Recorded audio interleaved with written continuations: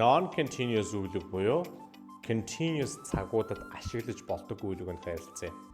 За тэгэхээр хүний оюуны үйл ажиллагаа, мэдрэмж, сэтгэлтэй холбоотой үглэгнүүдийг continuous цагуудад үндсэн үглэгийн хувьд ашиглах боломжгүй. За, эхний жишээ. I am feeling the atmosphere there гэдэг бол тохиромжгүй. Яг тэгэхээр feel гэдэг үгэл бол мэдрэх гэсэн утгатай үгэл. Оронд нь яах нь бид нар present simple цаг дээр бичих ёстой. I feel the atmosphere in there. Би тэр доторх уур амьсгалыг мэдэрч байна. За, хоёр дахь жишээ. She is drowning in the pool.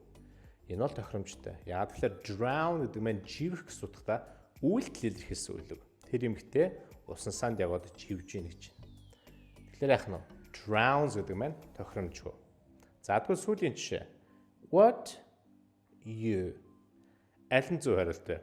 Коммент хэсэгт бичүүлтэйгээрэй.